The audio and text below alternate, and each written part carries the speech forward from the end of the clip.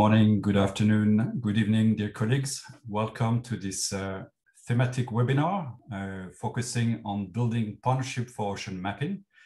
We are going to talk today about the role of a very important program called GEBCO, the Global Bathymetric Chart of the Ocean, and in particular also of the Nippon Foundation GEBCO Seabed 2030 project, which is also a very important international initiative. My name is Julian Barber. I'm the head of marine policy here at the IOC, and I will be your moderator for this 1 hour session, which is really aimed at providing you information about these important programs, but also to ask questions and really see how you can engage in these international initiatives. So you can see now this program in front of us for the next hour. The way we plan to operate is to give a 5 minutes opening for the parent organization of the GEBCO program. So we will start with IOC and then IHO. And then we will have two presentations this afternoon. The first one by the GEBCO chair, who will talk about recent developments within the GEBCO community. And secondly, a presentation from Jamie Michael Phillips, who's the Seabed 2030 project director, and who will also give an overview of a Seabed 2030 project status. After this, it's really time for us to exchange, and we will do this using the functions of a platform. We hope to have about half an hour to be able to answer your questions and to have a meaningful dialogue. Just want to highlight that this webinar also has simultaneous interpretation. So at the end of at the bottom of your screen, you will see a little world, which if you click on this, will give you access to the 4 languages which we are broadcasting today: English, French, Spanish, and Russian. Without further ado, let's go into our work today and our hopefully informative display. And it is my pleasure to first give the floor to the Executive Secretary of IOC, Dr. Vladimir Ryabinin, for his welcome. Vladimir, over to you. Thank you very much, Julian, for giving me the floor. And I would like to welcome everyone to this webinar. And indeed, the key word here is cooperation, and I would even say friendship. So, you know, the general bathymetric chart of the ocean, you know, this project, excuse me, this is a program.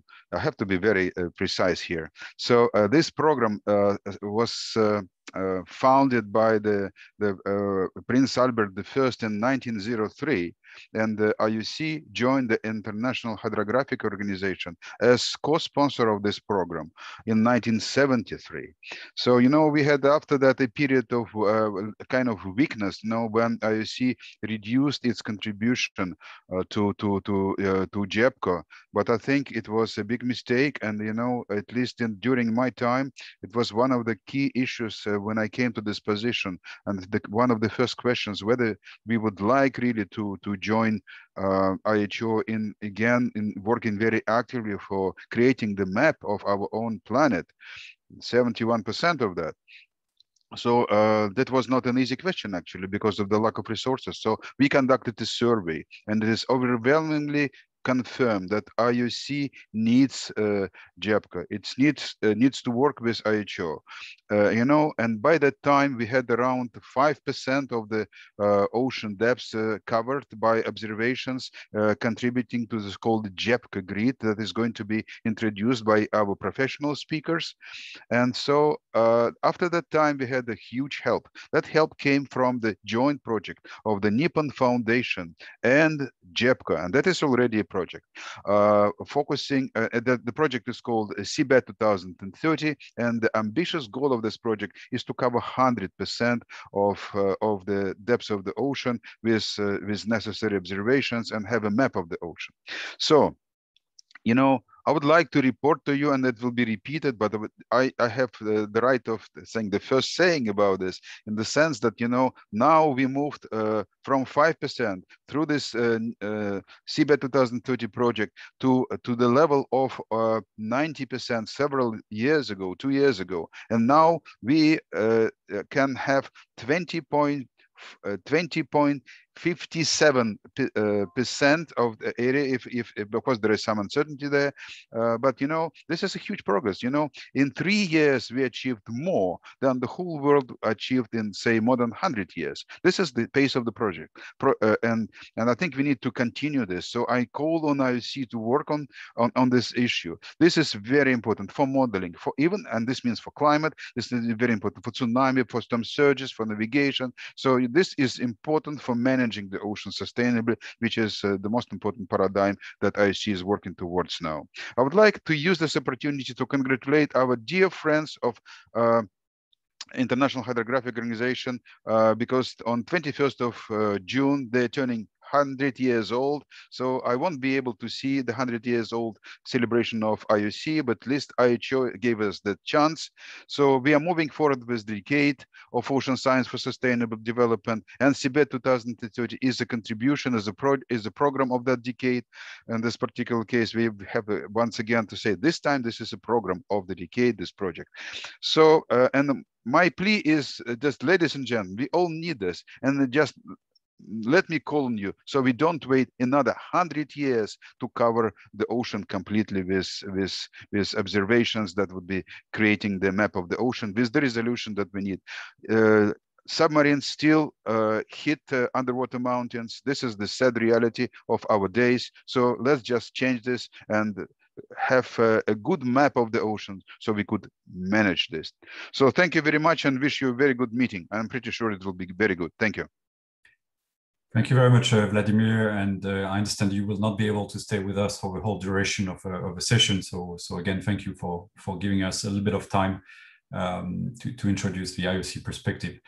As mentioned, GEBCO has two parents. We just heard from the first one. Now we are going to hear from the second one. So let me invite Luigi Sinapi, who is a director of the International Hydrographic Organization. Luigi, over to you. So thank you, Julian, and good morning, afternoon, and evening to all participants in this IOC webinar.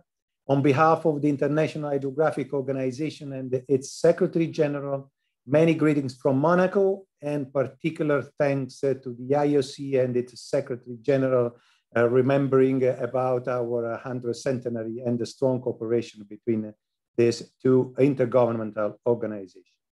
And thanks for this important occasion to speak on GEBCO at the presence of a large section of the international marine science and research community. I will deliver to you a wide and general picture of what GEBCO has represented in the past years for the oceans and the international maritime community, and especially for the IHO, the Intergovernmental Organization, within which GEBCO resided and operated for decades before becoming an IHO and IOC joint program, relying largely on the voluntary efforts of an international collaboration community of scientists and hydrographers with the support of their parent organization. I have a short presentation for helping me during these few minutes. Next slide, please. And I decided to start with the history of GEBCO very shortly, because as you can see in the slide, the many stages I have highlighted show how dynamic the program is and how it is always full of positive surprises. It all began, as remembered by Vladimir, in the Principality of Monaco in 1903, thanks to a great navigator and explorer, His Serene Highness Prince Albert I of Monaco.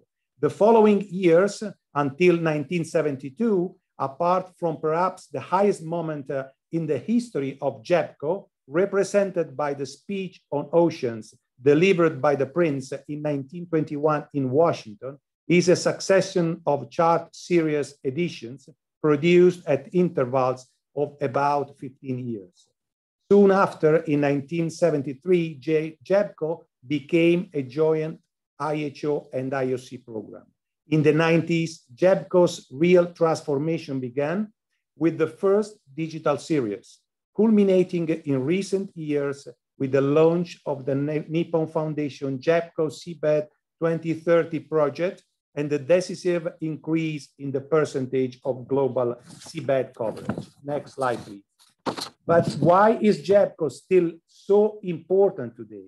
First of all, because as the largest program ever dedicated to ocean mapping, it represents a unique opportunity for the whole of humanity under the guarantee of a very strong international cooperation between two intergovernmental organizations such as IHO and IOC.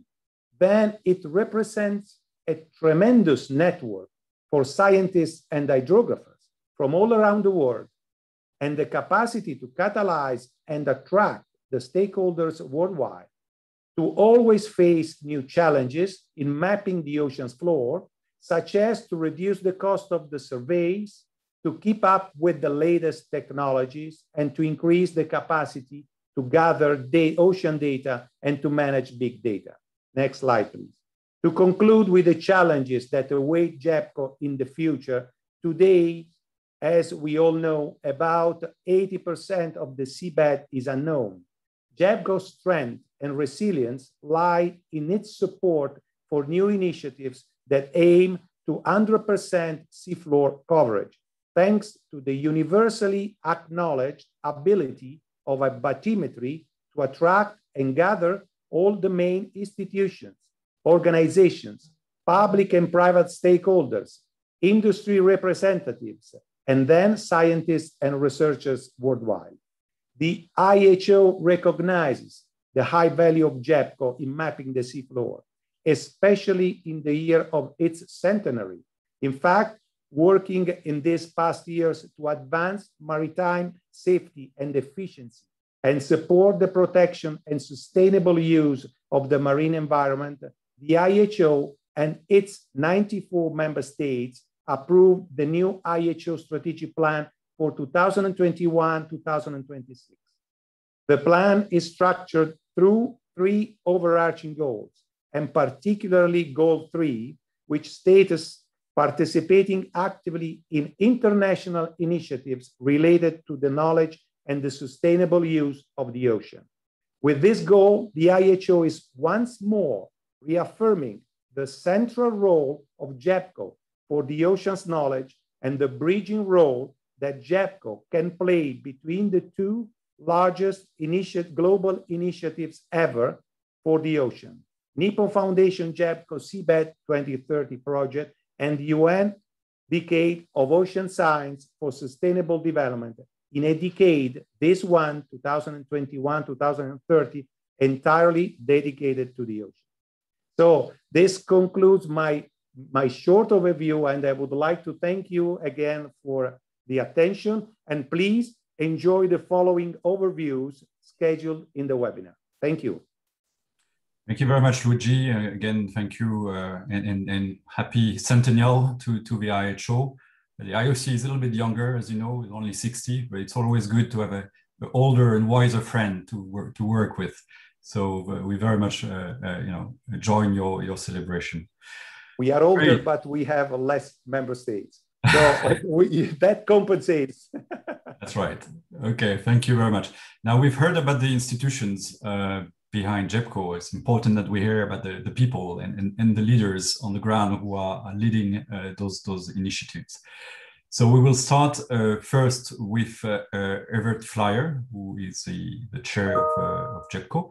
Let me introduce Evert. Evert has spent the first 21st year of his career as an officer of the Netherlands Navy, with 11 years spent at sea on various vessels. In 2010, he became the national hydrographer of Norway, and after 1 6-year term as director, decided to continue as an international advisor to fully commit to international hydrography. He chairs the IHO Capacity Building Subcommittee, and earlier this year was elected as the chair of the GEBCO Guiding Committee. So it's my pleasure to give the floor to you, Evert, for an introduction of GEBCO and on the latest developments. Over to you. Thank you, Julian, and thank you also to Vladimir and Luigi for the introductions. As new chair of the GEBCO Guiding Committee, this is my first GEBCO report to the IOC General Assembly, even though it is through this separate webinar. And as such, I would like to make use of this opportunity to thank the outgoing chair of the GEBCO Guiding Committee, Admiral Shintani of Japan, and the outgoing vice chair, Professor Martin Jacobsen, University of Stockholm in Sweden, and also very happy that Dr. Marcia Rovere has been elected as vice chair.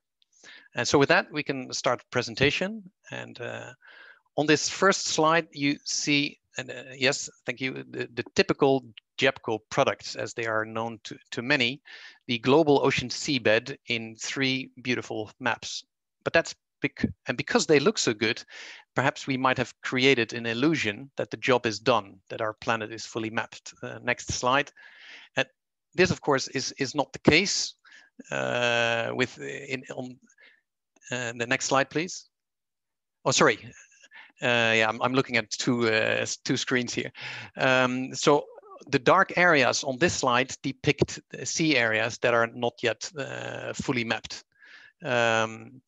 And next slide. This is unfortunately still the situation on many places of the world. 25 years ago, the Norwegian Hydrographic Service was doing a survey at 80 degrees northern latitude, north of Svalbard, and the official original nautical chart told the mariners that it was 300 meters deep on this exact location.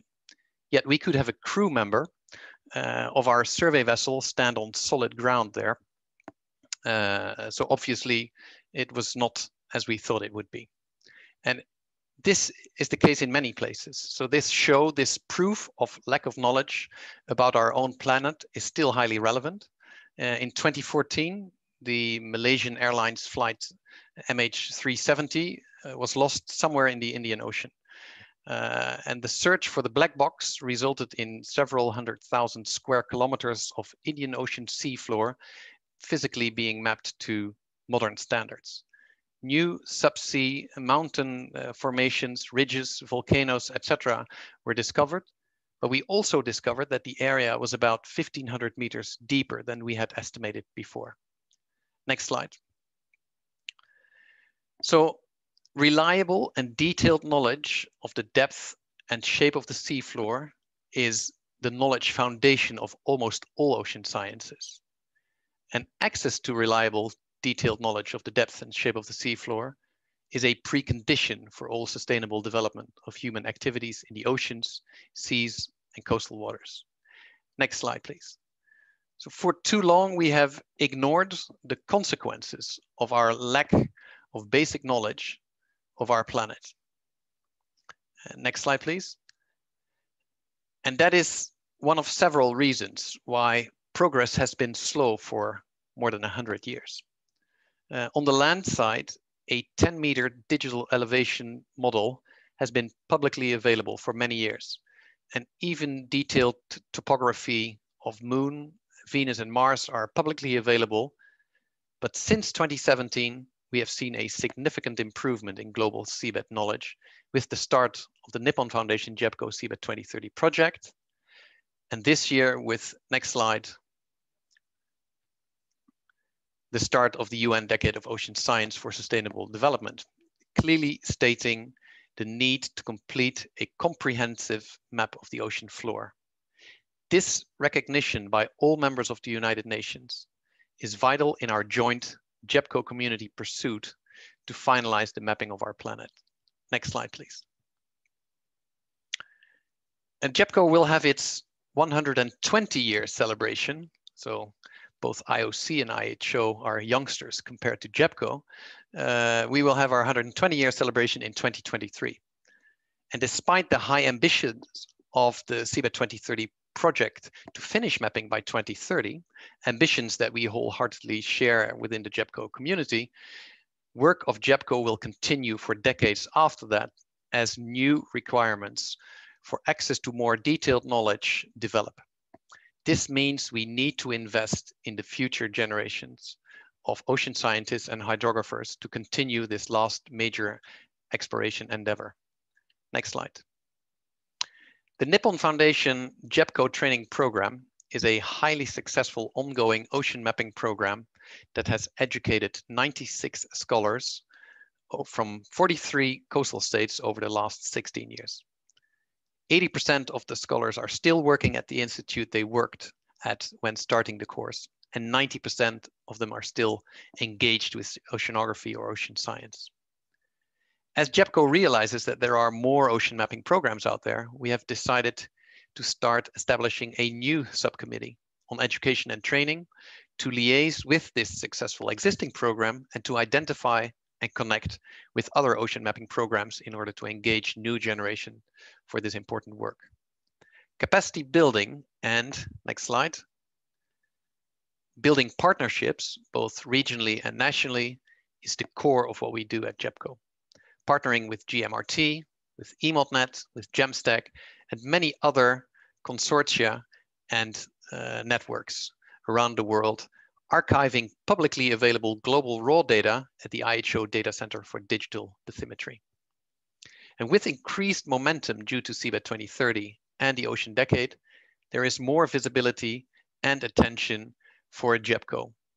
We see it at the increased number of downloads of the GEBCO grid, and this is very positive, but we are also facing many challenges.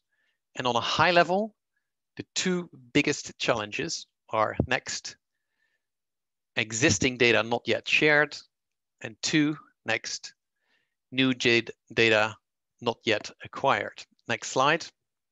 So in other words, how to get governments, institutions, private industries, and their contractors to share more existing bathymetric data. And this should not be a binary question, to share or not to share. If policy dictates that you cannot share at a 50-meter resolution, how about allowing to share it at a 100-meter resolution or a 200-meter resolution? PGS is a Norwegian seismic survey company. I reached out to them, and when they provided me with an overview of where they had depth data coverage, I reached out to the National Hydrographers of Canada and South Africa to start a dialogue on making this data accessible.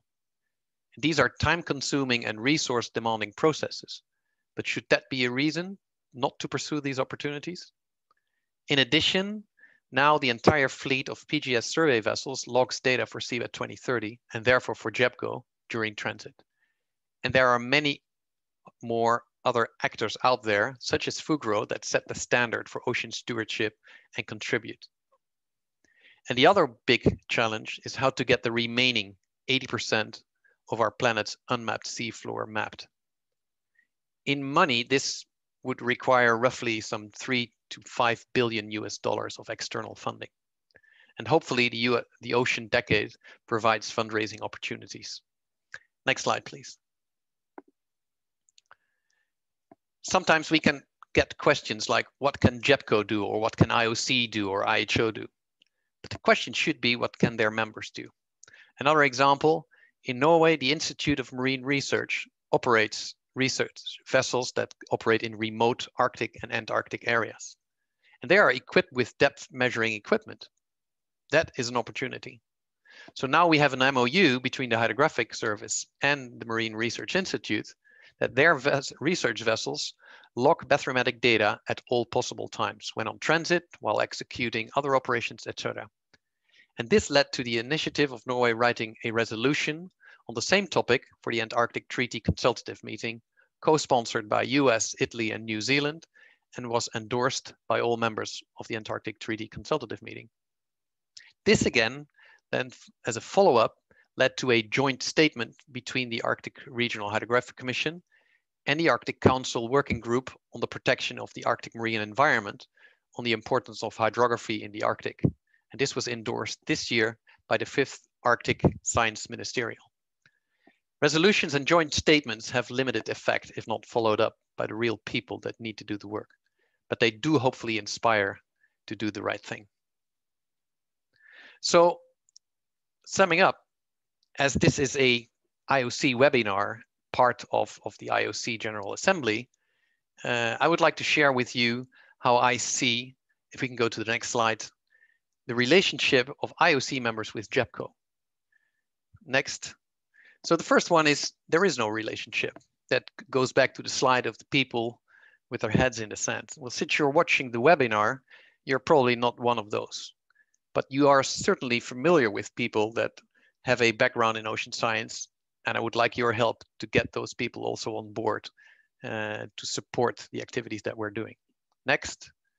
So the other relationship is where IOC members are users of GEBCO products and services. And this is very important to us because that means that you can provide us with feedback how we can improve on our products and services. So this is very important. And there is already a working group within the IOC that's working on this issue, and we're getting valuable input on how we can improve. Next, and the third relation is the one of contributor. Your main type of activity might not be a thematic survey, but it could be that you're actually working on something that would allow to do that while you're doing something else. Or it could be that you're aware of sets of data that are not yet publicly available on servers or yet hidden by national rules and regulations, and that you can influence processes so this data can be made accessible. And then the third is the role of ambassador. And that is to speak on behalf of GEBCO and of yourself so that we can get this work continued and progressed to finalize this final mapping of our planet. And with that, thank you for your attention, and I give the floor back to you, Julian. Thank you very much, Evert, for really defining very well the challenges that we have in GEBCO, but also in spelling out the message to the IOC membership in the way the community can both help and guide the development of those very important products, but also directly contribute. This is absolutely essential. Very good. We are now going to go to our last presentation of the day, and then we'll go into our interactive mode. It's my pleasure to invite Jamie McMichael Phillips, who is the director of the Nippon Foundation GEBCO Seabed 2030 project. Jamie is a chartered surveyor, hydrographer, and former Royal Navy officer. He has worked in a range of roles, from running his own marine data gathering missions to directing defense geospatial strategies and plans for the UK. He has managed government-to-government relationships, as well as outreach and capacity building initiatives on marine data collection and the assessment of cartography. For over 9 years, Jamie chaired an intergovernmental group responsible for monitoring the global footprint of electronic charts required for safe navigation at sea. So we'll hear his perspective on Seabed 2030. Over to you, Jamie. Julian, thank you very much for that kind introduction, and thank you to all the colleagues who've spoken before. There will be undoubtedly some repetition here because the message that we are trying to spread is absolutely crucial if we are to succeed in our mission to deliver a map of the seabed as a foundation for all the science that you know, that you work with, and as Evert, as chair of the GEBCO Guiding Committee, has described. So if we can move to my slides, please, and the next slide. So just to reiterate, what is Seabed 2030? A collaboration between the Nippon Foundation and GEBCO to inspire complete mapping with a deadline of 2030, and to make sure that is all available, free to download, publicly available, free to use via the GEBCO Ocean Map or the GEBCO Grid, whatever your preference in calling it, but that's there and available on the GEBCO website. Conceived in 2016 at the Forum for Future Ocean Floor Mapping, born in 2017, and we're now coming towards the end of year 4 of the Seabed 2030 project. And it is very much a project. We have an end date of 2030, and we sit very firmly within the GEBCO program.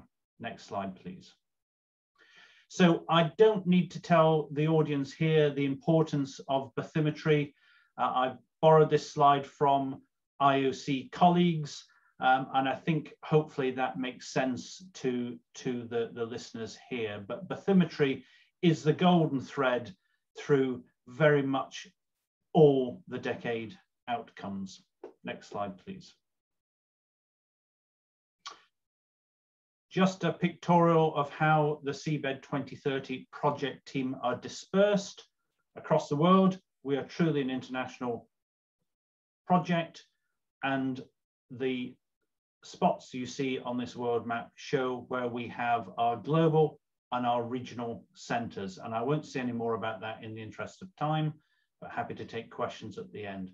Next slide, please.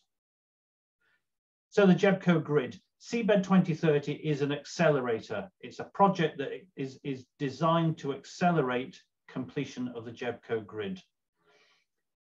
We published last year in June 2020, 19% coverage. We amassed a huge amount of data in that time. A lot of it was already existing that had been shared, some of it was new. We progressed against the global backdrop of COVID, huge challenges across all society. And this year we're anticipating, as Vladimir has already said, 20.5% at the next GEBCO release, which will happen later this month. But much more mapping action is required if we are to achieve our mission.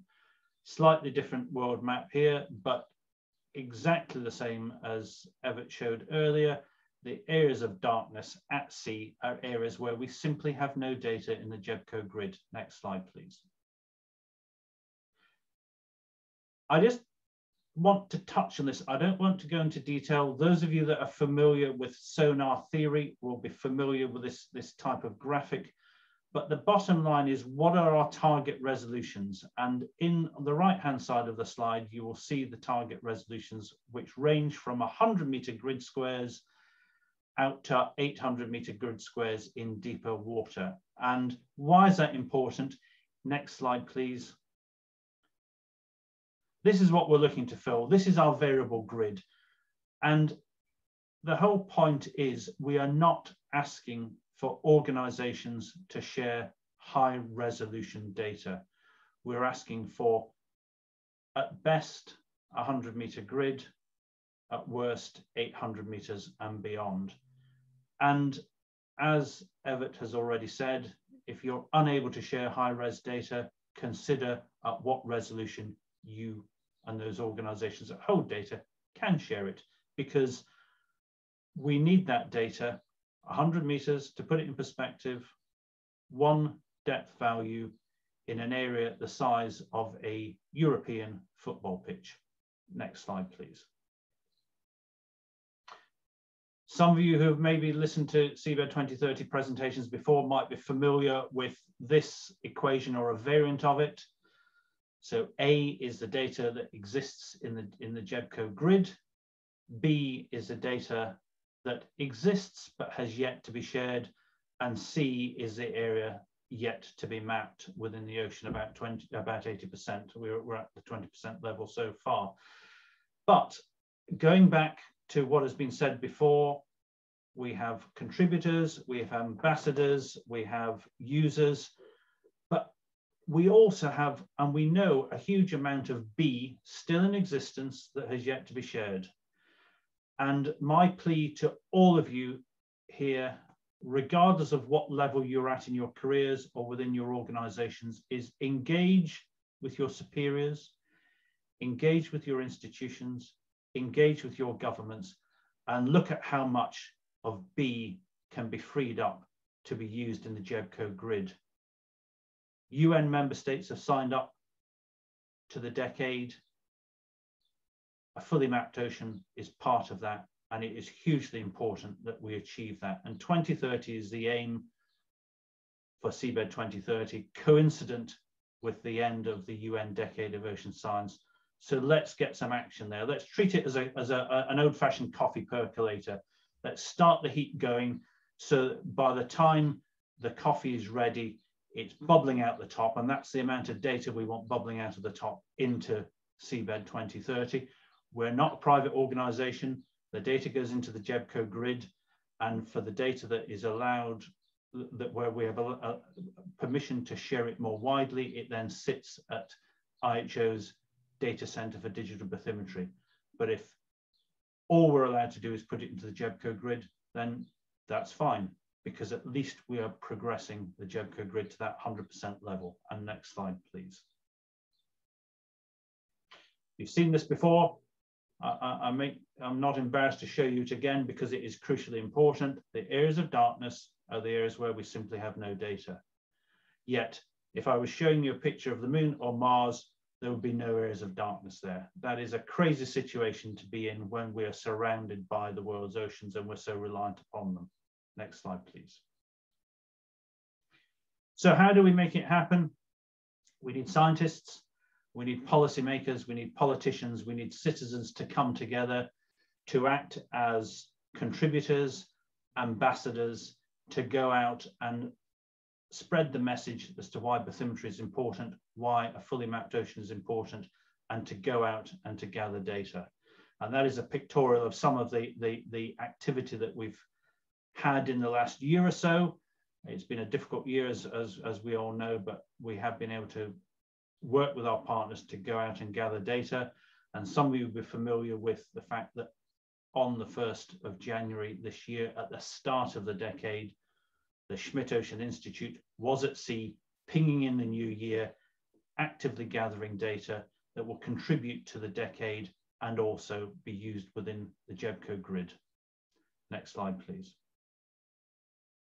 So thank you for listening. Reiterate my message. I need you all, please, to spread the message as to why bathymetry is important. Engage with your institutions, your politicians, your seniors, and make it all happen. Thank you.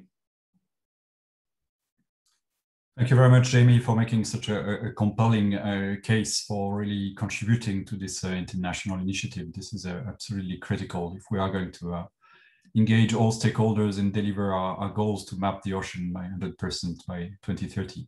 A huge challenge ahead of us for the international community, for national stakeholders, for private companies and others.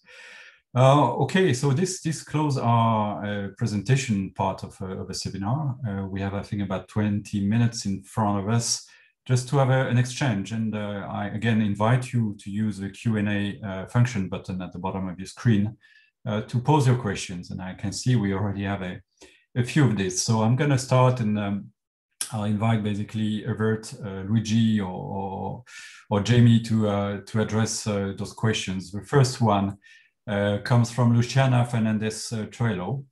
How to convince private entities in coastal states to share data that might be of interest to also fishing or seabed mining? Is there levels or sets of data that can be shared without compromising economic activities? Who would like to have a go at that one? Evert? Yeah, I can. It's a very good question, and you can generalize the question, what's in it for me? Which is typical. If you have invested something to get and you have paid for something, so why would you give it away, and what's in it for me? In general, thematic data that has commercial interest is far more detailed than the data that we need to finalize the mapping of our ocean. So it could be that you have very detailed data as a private company, but would have no commercial interest of keeping that in a less detailed version. And as such, you would be able to contribute to having a better map of the world's ocean. Very so that good. would be... Jamie or Luigi, would you like to add? No? Yeah, Jamie. I think I would just to reiterate what Evert has said. You know, there is huge commercial value in data. We all recognize that. But what we're asking is for data to be released after embargo periods. We're asking for data to be released at relatively crude resolutions. 100-meter grid square, I don't think is going to compromise commercial activity, national security. But of course, there are differences of opinion, and we've got to look at how we work around those opinions. And you know, touching on what Evert said earlier, you know, to $3 to $5 billion US to complete the rest of the mapping of the ocean, that is the areas where we know we have no data. But what we can't afford to do is start, or in fact, we're not able to do that. We're not able to go back into EEZs and gather data where we know there are gaps, because much of that data has been gathered already. So surely, if you sign up to the UN Decade of Ocean Science, then surely you should consider sharing your data. Great, thank you. Luigi, anything to add? Yes, just to give the IHO approach on that, we are trying to use basically two means to try to increase the release and share of data from private and institutions. I mean, basically, I refer basically to two great initiatives. One is crowdsourced bathymetry that started in only 6 years ago, and we are collecting the first results and achievements through a great interest and increasing interest from private and institutions. There is still the problem with a lot of embargo data, as mentioned by Jamie, but we are experiencing an important increase of interest from all of this. And the second one is to sensitize our organizations, I mean the regional commissions, in trying to leverage, especially within their regions of respective interest, through our initiatives, which are also the crowdsourced bathymetry as mentioned, but also trying to have coordinators for helping us and the other global initiative like GEBCO 30 in this collection.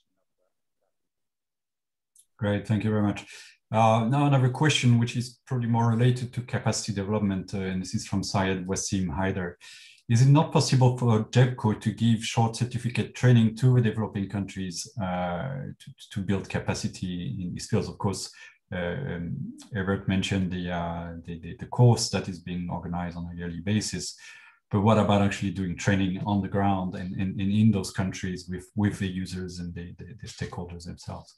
Any plans for that? Plans are plenty. The question is always on funding. And so in the case where that I presented on the ocean mapping program, we have found an organization, the Nippon Foundation, to finance that annually 6 students are taking a 1-year postgraduate course to do training on the ground. And I think that this is something also that Jamie perhaps could say a little bit. It's having people put on ships and have them contribute. And I think Seabed 2030 has funding also there, so that they can actually contribute to mapping. But what it needs is financing, and then hopefully through the Decade of Ocean Science we can raise that kind of fundraising to get more people educated so that they can contribute. Very good, and indeed I think also a potential area for collaboration with IOC and IHO. We in IOC have this Global Ocean Teacher Academy, which establishes a number of regional training centers around the world, and those can be used also as a vehicle for delivering more short-term technical courses on mapping. So this is certainly something that we will be able to discuss also in the context of this new subcommittee on capacity development. I have a question from Gilles Bessereau, and this is really about what is the current status of accessing the data which is being collected under the International Seabed Authority and the Commission on the Limitation of Continental Shelf, which are, of course, two UN bodies who are actively also handling data, either from contractors, private sector organizations, but also from member states who are making the case for extension of their continental shelf. Who would like to address this question?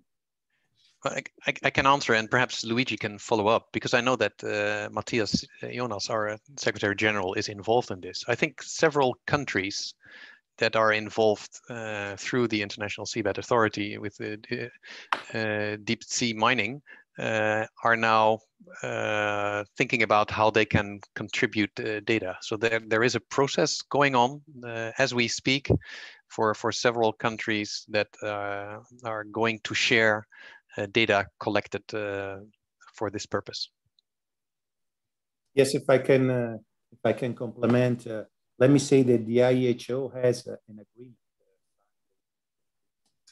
We're losing you a little bit, Luigi, with the mic. Can you hear me? Sorry. Yeah, get maybe okay, closer. Sorry. Because I was a little bit far from the microphone.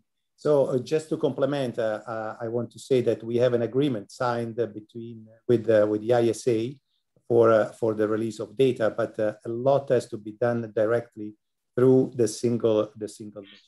We announced also on our website that there was a good offer from Germany about some embargo data. But I have to say that we need to continue with not only the relation at intergovernmental organization, but also directly with the to have more data released on under the embargo. Very good. Thank you for that, Luigi. Another question: if the final resolution of the final grid is aimed to be at 100 meters, will you simply interpolate the data with lower resolutions? So I guess a technical question there, maybe for Jamie. You can go ahead, Jamie. I love technical questions. I may defer to some of my scientific colleagues here, but essentially, we are not looking at 100-meter resolution. That was the original aspiration of Seabed 2030. And we determined that actually we wouldn't be able to achieve that within the timescale given, hence the multi-resolution grid that I showed earlier, where dependent on the depth of water would depend on the resolution that in which we fill the grid boxes. So the idea will be to have one truly observed depth value in each of those grid boxes, but the grid boxes will vary dependent on depth. I hope that answers the question. If not, please email me and I will get one of my technical team to give you a better answer. But let me say that despite the age, I think this is a very technical response.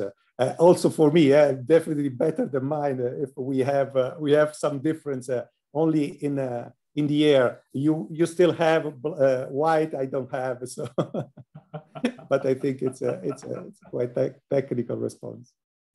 Very good. Let's go then to a question from Roberto Lastra. We know that at the national level, the institutions have local bathymetric information. What would be the mechanism to involve state institutions in opening this information to the public?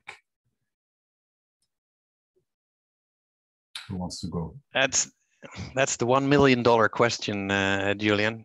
And there is no one size fits all answer. So different institutions, different nations have different reasons for doing and acting as they do. What I do like to say is that sometimes we are restricted by laws and regulations that date back many years, sometimes even decades. When I was National Hydrographer of Norway, I was confronted with a security law from 1914 that was restricting accessibility to detailed bathymetry. Now we can, of course, follow those national regulations as we should, but we can also challenge them. And that's what I did. And these are lengthy and complex processes, but we have now changed the law in 2017. It needs to be followed up by rules and regulations. But that is sometimes what it takes. Another challenge here is that on the highest level, on government level, we have commitment to the UN Decade of Ocean Science. But sometimes at a lower level, we have people that are not acting completely in sync with what the governments have committed to on the highest level. And that is also something that we need to challenge. Hiding behind national rules, following national rules generally tends to be a wise thing, but following them at all costs, we can reflect on, are they still usable for 2021? And are they stopping us from reaching our goals to make this a better planet? Great, thank you very much. I have another question, which is from Amon Kimeli, and this is to Jamie, I believe. Are there plans to decentralize regional data centers to more smaller working units, for example, in the Western Indian Ocean region, where we have several countries there have already working relations through IOC and some of these sub-programs. This could accelerate collation, quality control, and sharing of data through existing infrastructures. And this is from Amon in Kenya. Okay, thank you for that question. I'm just trying to find it just because it's quite detailed. We continually review the structure of Seabed 2030. We have relatively limited funds available to run the project administration. And that means that pretty much what you see within the disposition of the centres is it for the moment. We're always hopeful to receive more administrative funding, but that is always a challenge, as many of you will know from your own organisations. So what we wish to try and do is to encourage regional collaborations, and we've seen that in the past with the international bathymetric, the regional bathymetric charts, international bathymetric charts that are produced, and we want to consider more of that. And through our regional centres, we will help where we can. And just as an illustration, and whilst you look on our website, you will see a large number of staff associated with each of our regional centres, but actually in broad terms, we only employ, or have funding, I should say, for 2 full-time equivalents per centre. So that gives you an illustration of some of the challenges we face. And we're hugely reliant on the voluntary time of other individuals that contribute to Seabed 2030. Great, thank you, Jamie. Another question from Alberto Costa-Neves. Could you please clarify the relationship between the IHO Data Center for Digital Bathymetry and Seabed 2030? I certainly can. So the IHO Data Center for Digital Bathymetry is an IHO body. Seabed 2030 is an IHO project, alongside it being an IOC and a Nippon Foundation and a GEBCO project, because they are our parent organizations. So we use the IHO as a repository from which we draw data to use in the GEBCO grid. So the DCDB acts as a functional organization to support us.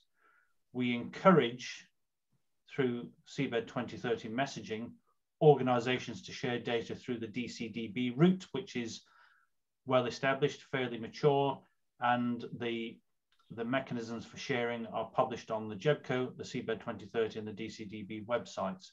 However, I will stress that we do recognize that there are some data contributors that don't want their data shared more widely, but are happy for it to be used within the GEBCO grid, and we make special bespoke arrangements in those circumstances. I hope that gives a flavor of the relationship, and I don't know if IHO or GEBCO colleagues want to say any more on that. Anyone would like to add? Oh, we're good. Okay, another very, I think, interesting and topical question is really, could research vessels acquire bathymetric data during transit inside EEZ without permits? What is the current status on this? Yeah, I can. All right, Luigi, you go ahead. Go ahead. Okay, no, just that the EEZ is one of the sensitive area where the jurisdiction of coastal states is normally applied in accordance with the UNCLOS. And so, just to stimulate the coastal state to contribute to the ocean mapping, we released in the last 3 years 3 circular letters and letters from our coordination body, which is the IRCC, just to sensitize this coastal state to release the data collected not only by their institutional vessels or their organic vessels or other assets, but also from all the ships of passage of convenience during their transit. But this is a part of the hardest work that we have to accomplish, because the responses from the coastal states, and now we are stimulating through the regional hydrographic commissions, also the non-IHO member states in giving the response, are very different each other. So there are some that already gave the permission to share with our repository. There are others that they put some limitations in terms of equipment used during the transit, and others that they responded in a negative way, or even others then decided to not give any answer to our question. So it's a quite a complicated issue, but we are working on that, and from my personal perspective, from the IHO, we are quite positive to improve the type of responses in the next year. If I may, Julian, yes. I would like to draw an analogy with the situation on the land side. Some 20, 30 years ago, there were also a lot of restrictions on access to detailed land data. Governments protecting military sites, etc. But then with the arrival of better and better satellites, these restrictions at some stage no longer made sense. I think that we will go in the same direction with equipment on the seaside. And now it's up to governments. Do they wait until their regulation become irrelevant, or can they be proactive and sit in the front of the bus and make sure that their regulations are adjusted to present day needs of society? Great, thank you. So we are getting close to the end of our time. I'll just take maybe another couple of questions, and then we'll wrap up and close. Very concretely, also a question from Jill. What is the entry point? What entry point would you recommend for organizations that wish to contribute? Where do we go? Okay, I would point organizations to the Seabed 2030 website in the first instance. And there is a tab there for contributing data, and that redirects to the IHO's Data Center for Digital Bathymetry. And for those organizations that know what they want to contribute, know the region they wish to contribute, that is the most easy route. If organizations have got questions, they cross boundaries amongst our centers, then either approach one of our centers, and the emails are all on our website, or come straight to the inquiries at seabed2030.org email address, and we will help you and guide you through the process. The important thing is, no matter which email address you use, which organization you approach, we will help you contribute your data. So don't worry if you don't think it's quite right, just approach us, and that's the important thing.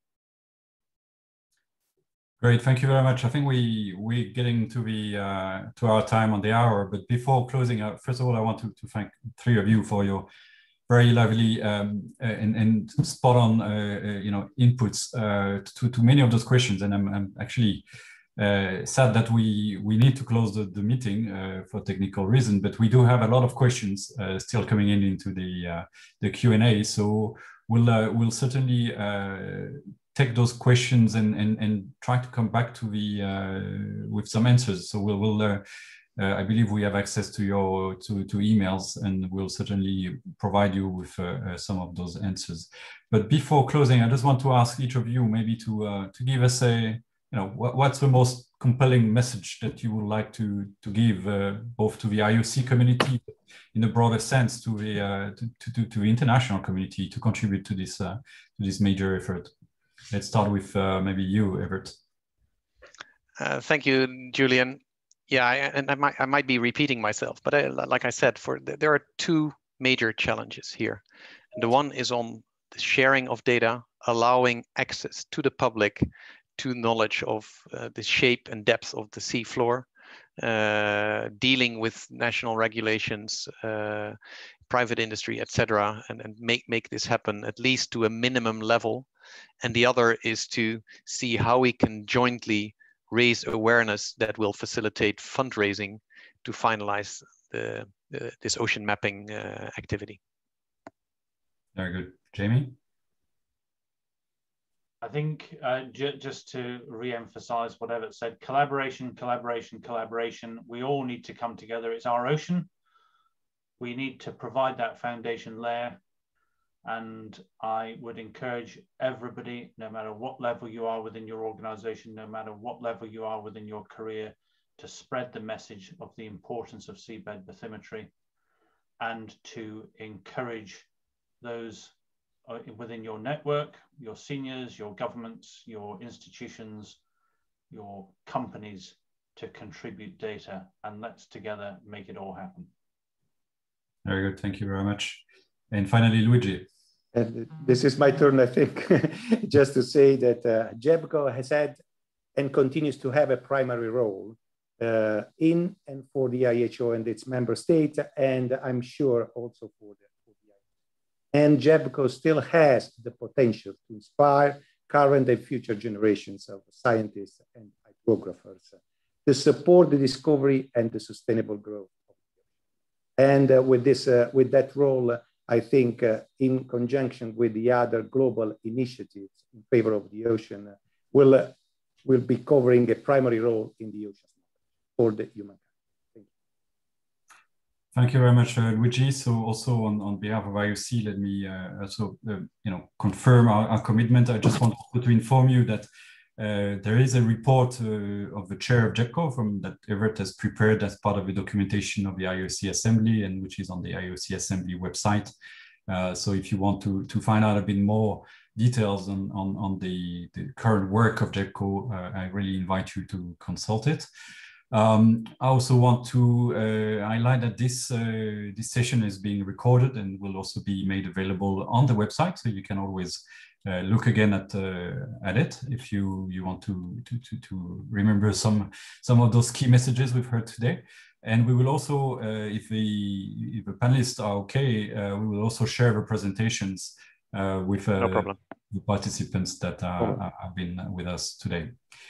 So with this, I thank you very much. I want to thank our technical support, Elsa and her team, for again running a spotless webinar, and I want to thank all our audience who are following track of this key international endeavor to map the ocean. Thank you very much. Have a good day and keep safe. Thank you. Thank you.